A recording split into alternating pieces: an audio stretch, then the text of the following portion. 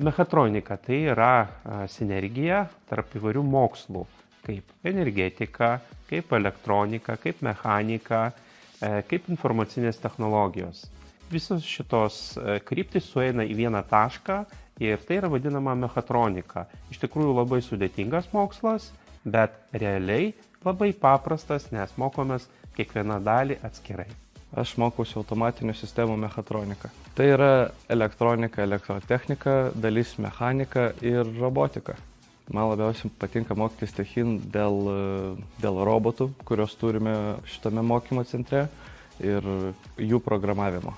Visi dėstytojai linkę padėti, kai kažko reikia paklausti, nebijok, jie vis laik tau padės, atsakys tavo klausimus. Mokymo centre daug praktikos, vis laik turėsite ką veikti, vis laik bus ką veikti, turėsite tiek programuoti, tiek dirbti su įrankiais visokiausiais. Tikrai įdomu.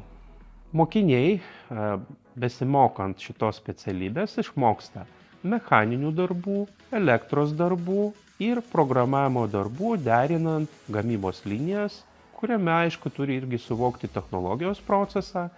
Mokymai yra išskirtiniai tuo, kad yra naudojama šiuolaikinė įranga, yra naudojama šiuolaikinė metodika ir yra naudojama daug praktinio mokymo.